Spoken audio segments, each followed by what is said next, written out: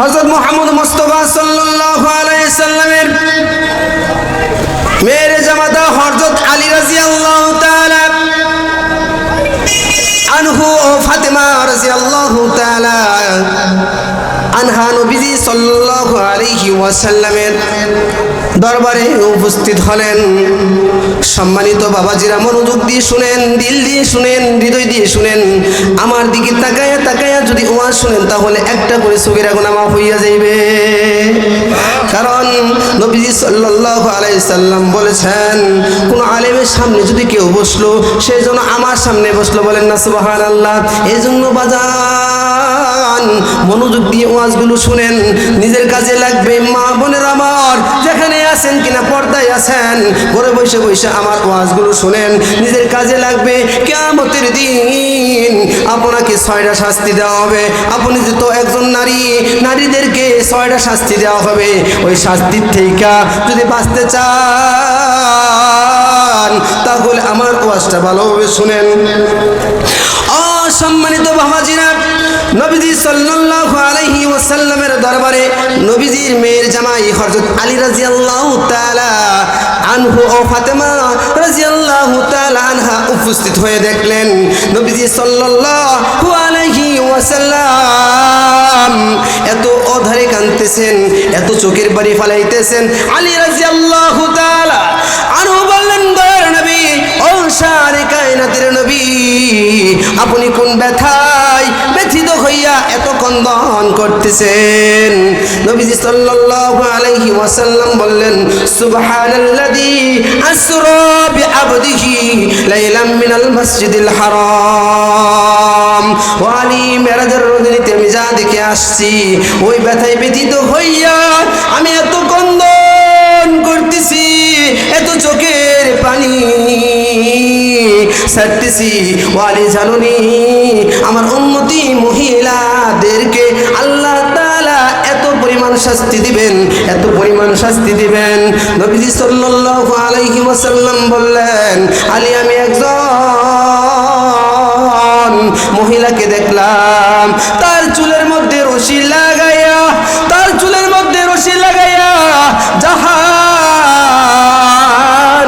নামের মধ্যে ঝুলন্ত অবস্থায় রাখছে। ও আলী, আলী রে, তার মাথা টক বক করে ফুটতেছে। ও আলী, আমি আরেকজন মহিলাকে দেখলাম, তার জিহ্বার মধ্যে রশি লাগাইয়া জাহান্নামের আগুনের মধ্যে ঝুলন্ত অবস্থায় রাখছে। ও আলী, আলী রে, আমি আরেকজন মহিলাকে দেখলাম,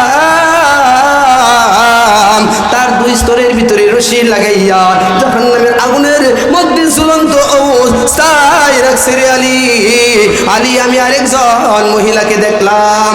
ও আলী, আমি আরেকজন মহিলাকে দেখলাম, তার 2 স্তন দিয়ে পাগুলো বেঁধেছেন, কপালের চুল দিয়ে হাতগুলো বেঁধে জাহান্নামের মধ্যে ঝুলন্ত অবস্থায় রাখছে। ও আলী, আলী রে, আমি আরেকজন মহিলাকে দেখলাম,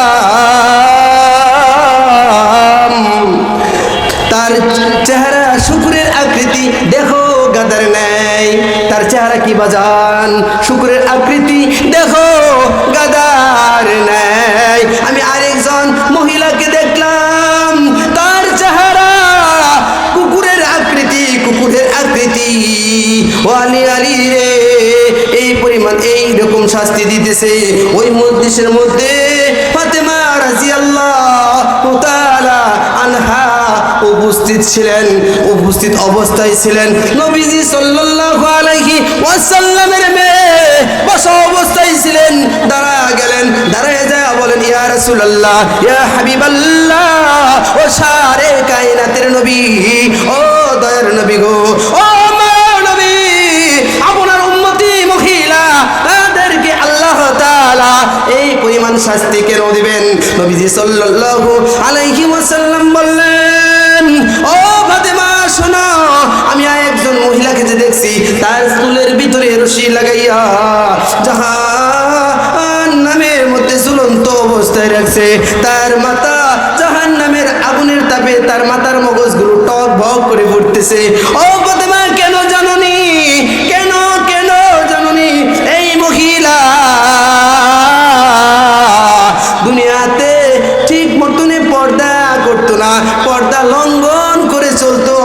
পুরুষে তার চুলের সৌন্দর্যগুলো দেখাইতো। কথা ঠিক কিনা? ও বাবাজিরা, বলেন তো আপনাদের এলাকায় এরকম মহিলা আছে কিনা? বলেন তো দেখি আছে কিনা? জুড়ে বলেন না বাজান, আছে কিনা বলো? আছে, জুড়ে বলো আছে। ও মা বোনের আমার, পায়ে হাত রেখে বলি, তোমার রাসূল মেরাজের রজনীতে দেখে আসলো। ও মা বোনের আমার, পায়ে হাত রেখে বলে যাই, চুলগুলো সাইরা দিয়া পরপুরুষের সামনে যাইও না। পরপুরুষের সামনে গেলে তোমার কিয়ামতের দিন এই শাস্তি দিবে। ও মা বোনেরা, শোনো, মনোযোগ দিয়ে শোনো, দিল দিয়ে শোনো, হৃদয় দিয়ে শোনো। ও মা বোন আমার, হৃদয় দিয়ে শোনো, হৃদয় দিয়ে বুঝো, জীবনে কি করলা, কবরে তো যাইবা, কি নিয়ে যাইবা, একটু চিন্তা ভাবনা করো। ও মা বোনের আমার, মনোযোগ দিয়ে বুঝো। ও বাজান, আপনাদেরকে পায়ে হাত রেখে বলে যায়, ও বাজান, আপনার মেয়েকে বেপরোয়াভাবে ছেড়ে দিয়েন না, পর্দা লঙ্ঘন করে ছেড়ে দেন না। কিয়ামতের দিন কল আপনি ধরা খাবেন, আল্লাহ আপনাকেও ধরবেন। ও বাজান, মনোযোগ দিয়ে শুনেন, দিল দিয়ে শুনেন। নবীজি সাল্লাল্লাহু আলাইহি সাল্লামের মেয়েকে বললেন, ও ফাতেমা, আমি আরেকজন মহিলাকে যে দেখেছি, তার জিহ্বা টেনে বের করে জিহ্বার মধ্যে রশি লাগাইয়া জাহান্নামের আগুনের মধ্যে ঝুলন্ত অবস্থায় রাখছে। কেন জানুনি? কেন জানুনি? এই মহিলা হুন্না লিবাসুল লাকুম ওয়া আনতুম লিবাসুল লাহুন্না, স্বামী নামক দৌলতের স্বামী নামক পোশাক যে আছে, এই পোশাকের বাবা মায়ের সাথে দুর্ব্যবহার করত, তার আত্মীয় স্বজনের সাথে দুর্ব্যবহার করত। এই জন্য আল্লাহ তাআলা এই শাস্তি দিয়েছেন। ও ফাতেমা, ফাতেমা রে, আমি আরেকজন মহিলাকে দেখছি। এই মহিলাকে যে দেখলাম, দুই স্তনের ভিতরে রশি লাগাইয়া জাহান্নামের মধ্যে ঝুলন্ত অবস্থায় রাখছে। কেন জানুনি? কেন? এই মহিলা স্বামী নামক দৌলতের যে সম্পত্তি তার শরীরের ভিতরে ছিল, অর্থাৎ সতীত্ব ছিল, এই সতীত্বের মধ্যে ভাগ দিত, পরকিয়া করতো। ওই মোবাইল ফোন দেখে দেখা যে পরকিয়ায় লিপ্ত হতো, এই লিপ্ত হওয়ার কারণে আল্লাহ তাআলা তাকে এই শাস্তি দিবেন। কথা বুঝছেন কিনা আমার? ও বাজান, বুঝছেন কিনা? বোঝানোর জন্য বললাম। হাদিসটা হলো স্বামী নামক দৌলতের সাথে, অর্থাৎ পরকিয়া করতো, নিজের সতীত্ব ঠিক রাখতো না। কথা বুঝছেন কিনা? ও বাজান, মনোযোগ দিয়ে শুনুন, দিল দিয়ে শুনুন, হৃদয় দিয়ে শুনুন রে বাজান। আমি আপনাদেরকে বলি, মনোযোগ দিয়ে শুনতে হবে, দিল দিয়ে শুনতে হবে, তাহলে ওয়াজটা বুঝতে পারবেন, নয়তো ওয়াজ বুঝতে পারবেন না।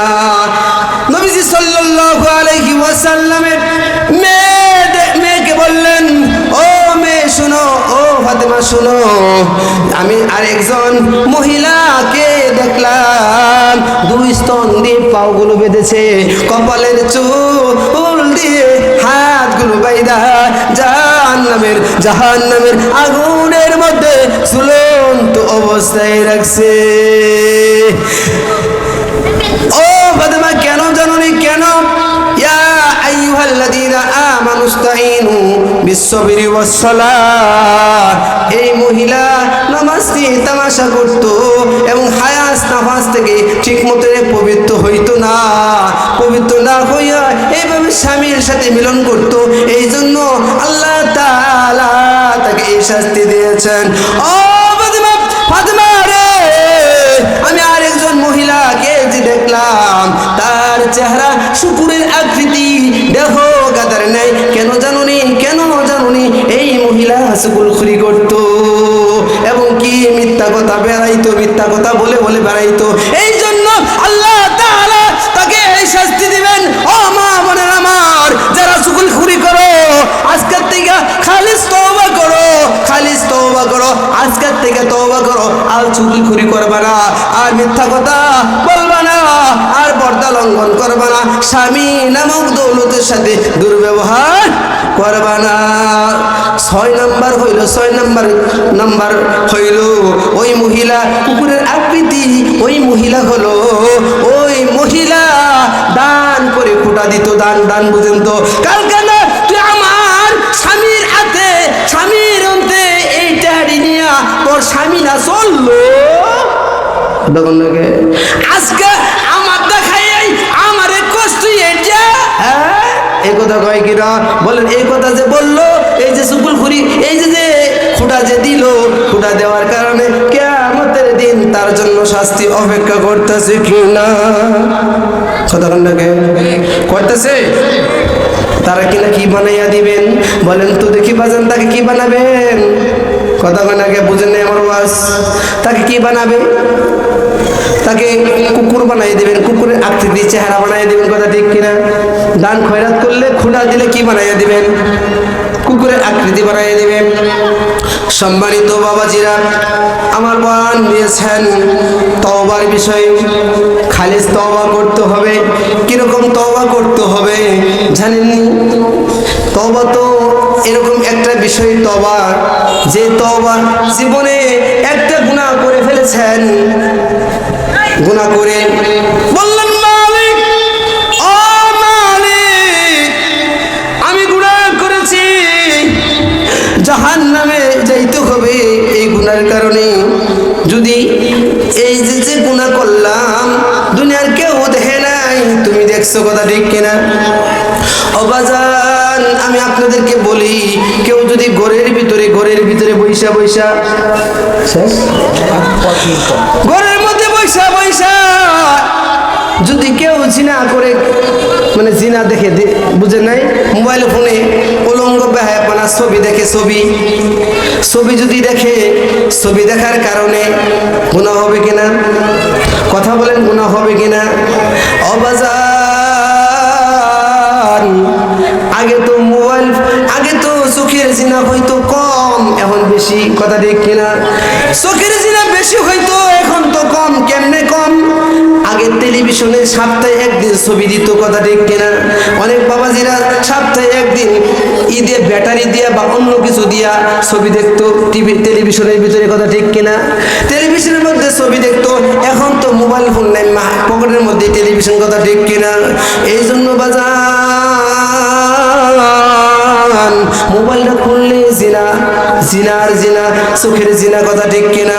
উলঙ্গ নাস্তিক বেঈমানদের উলঙ্গ বেহায়াপনা ছবি দেখে চোখের জিনা হচ্ছে কিনা? এই যে গুনাহ করলেন, এই গুনার তো ক্ষমা পাইতে হবে। কবরে যদি এই গুনাহ নিয়ে যান, তাহলে কি কবর আপনার সাথে ভালো ব্যবহার করবে? অবাজান, কবর কি ভালো ব্যবহার করবে বলেন তো দেখি? না, কবর আপনার সাথে ভালো ব্যবহার করবে না। আপনি যদি এই যে ঘরের ভিতরে খেতা মুরুল দিয়ে যে দেখলেন, এটা কেউ দেখছে কিনা? কে দেখছেন? জোরে বলেন, কে দেখছেন? ও যুবক ভাই বলো তো দেখি, কে দেখছে? আমার আল্লাহ দেখছেন। কোন কথা ঠিক কিনা? এই জন্য আল্লাহ তাআলা বলেন, ইয়া আইয়ুহাল্লাযীনা আমানু তুবু ইলাল্লাহি তাওবাতান নাসুহা। কথা ঠিক কিনা? ও মুমিন, একটা মাত্র দরজা আছে, সেই দরজায় যদি বাজান তোমরা হাত পাতো, ওই দরজা মাফ হবে কিনা? কথা বলেন। দুনিয়ার কোন নেতা, এমপি, মন্ত্রী মাফ করবে? কোন নেতা, এমপি এই গুনাহ মাফ করতে পারবে না। কে মাফ করবে বলো তো দেখি বাজান? মালিকুল মাফ করবে। ও বাজান, এই আয়াত বোঝানোর আগে, এই আয়াত তাফসীরের আগে, এই আয়াতের তরজমার আগে আমি একটা হাদিস টানবো। একটা হাদিস হলো, সেই হাদিসটা তিরমিজি এবং দু কিতাবের ভিতরে আছে। বুখারীর মধ্যে এই কিতাবের মধ্যে হাদিসটা আছে। মাইস ইবনে মালিক রাদিয়াল্লাহু তাআলা আনহু আনসারী সাহাবী ছিলেন। একদিন নবী করিম সাল্লাল্লাহু আলাইহি ওয়াসাল্লামের দরবারে উপস্থিত হয়ে কানে কানে বললেন, ইয়া রাসূলুল্লাহ, ইয়া হাবিবাল্লাহ, আমি এক মহিলার সাথে জিনা করেছি। নবী তা দেখে, ও বাজার, নবী তা দেখে, নবী এই কথা শুনে